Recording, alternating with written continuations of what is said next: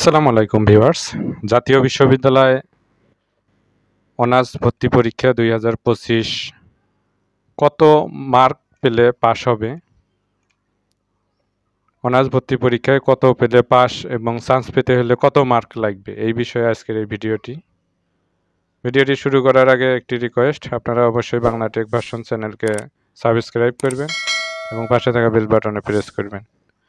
জাতীয় বিশ্ববিদ্যালয় অনার্স ভর্তি পরীক্ষা সম্বন্ধে যে বিষয় বলেছে এবং যে বিজ্ঞপ্তি প্রকাশ করেছে সেটিও আমরা দেখব। কত স্টুডেন্ট এখানে এই পরীক্ষায় অংশগ্রহণ করেছিল, এ টু জেড আমরা এই ভিডিওতে দেখব। জাতীয় বিশ্ববিদ্যালয় অনার্স ভর্তি পরীক্ষার জন্য যেটি এবারে জাতীয় বিশ্ববিদ্যালয়ের অনার্সে আবেদন সংখ্যা ছিল হলো 63 দেশের জনসংখ্যার থেকেও বেশি। অনেক এক যুগ পর এই পরীক্ষা অংশগ্রহণ শুরু হয়েছে। পরীক্ষাটি ছিল প্রায় 5.5 লাখ, অনার্সের টোটাল সিট 4,36,285টি। 100 মার্কের এমসিকিউ পরীক্ষায় 35 পাইলে পাশ করবেন, 35 না পাইলে অনার্সে পড়তে পারবেন না, মেধা তালিকায় নাম আসবে না। 100-র মধ্যে 35 পেলেই পাস। এমসিকিউ আপনারা আমাদের চ্যানেলে ভিডিও দেওয়া আছে, মানে বিজ্ঞান বিভাগ, তারপর হচ্ছে ব্যবসায় শাখা, মানবিক বিভাগের, আপনারা মিলিয়ে নেবেন কার কয়টি করে কারেক্ট হয়েছে। 35 পেলেই পাস, 35 পেলেই আপনারা চান্স পাবেন আশা করা যায়। এমসিকিউ প্লাস এসএসসি ও এইচএসসির জিপিএ মিলে 200 মার্কের মধ্যে যার মার্ক বেশি সে আবেদনকৃত কলেজে আগে সিট পাবে।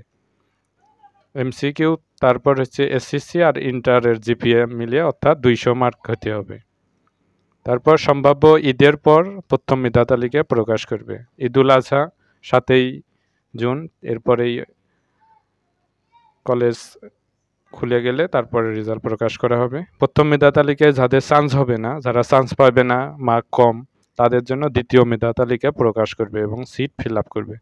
কবে রেজাল্ট প্রকাশ করবে প্রথম মেধা তালিকা, দ্বিতীয় মেধা তালিকা, আমরা চ্যানেলে আপডেট করব, আমরা আপলোড করব, আপনারা দেখবেন, তাহলে আপনারা এগুলো পাবেন।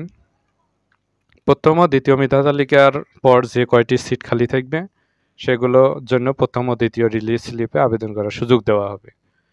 মনে করেন আপনার আবেদনকৃত কলেজ প্রথম ও দ্বিতীয় মেধা তালিকায় চান্স হলো না, আপনি রিলিজ স্লিপে যে কোনো 5টি কলেজে আবেদন করে কলেজ চয়েস দিতে পারবেন। এইভাবে সিট ফিল আপ করে অনার্স ভর্তি কার্যক্রম সম্পন্ন করবে। আমরা ধারাবাহিকভাবে আপডেট করব, আপনারা অবশ্যই আমাদের চ্যানেলকে সাবস্ক্রাইব করবেন। আরও একটি বিষয় এখানে কি বলা হয়েছে নোটিশে, জাতীয় বিশ্ববিদ্যালয়ে প্রথম বর্ষ স্নাতক ভর্তি পরীক্ষা উপলক্ষে উপাচার্যের পরীক্ষা কেন্দ্র পরিদর্শন করছেন। এই বিষয়ে এখানে বলা হয়েছে যে 10:30 লালমাটিয়া সরকারি মহিলা কলেজে পরীক্ষা কেন্দ্রে পরিদর্শনকালে জাতীয় বিশ্ববিদ্যালয়ের উপাচার্য অধ্যাপক ডক্টর AKM আমানুল্লাহ বলেন, প্রায় 1 যুগ পর জাতীয় বিশ্ববিদ্যালয়ে আবারও ভর্তি পরীক্ষা চালু করতে পেরে আমরা আনন্দিত। এই পরীক্ষা স্বচ্ছতা ও জবাবদিহিতা নিশ্চিত করবে বলে আমরা বিশ্বাস করি।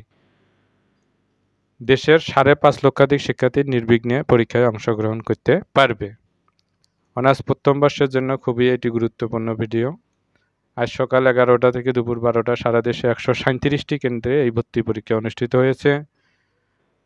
এই পরীক্ষায় অংশগ্রহণকারী শিক্ষার্থী হচ্ছে 5,60,595 জন, মানবিক শাখার হচ্ছে 2,74,718 জন, বাণিজ্য শাখার হচ্ছে 1,17,036 জন, বিজ্ঞান শাখার 1,68,841 জন।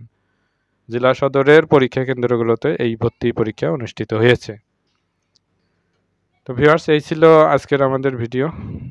আশা করি আপনাদের মাঝে ভিডিওটি অনেক হেল্পফুল হবে, অনেক কাজে লাগবে। এইরকম আপডেট ভিডিও পেতে অবশ্যই আমাদের চ্যানেলকে সাবস্ক্রাইব করবেন, অবশ্যই আমাদের পাশে থাকবেন। থ্যাংক ইউ সো মাচ আপনাদের সকলকে।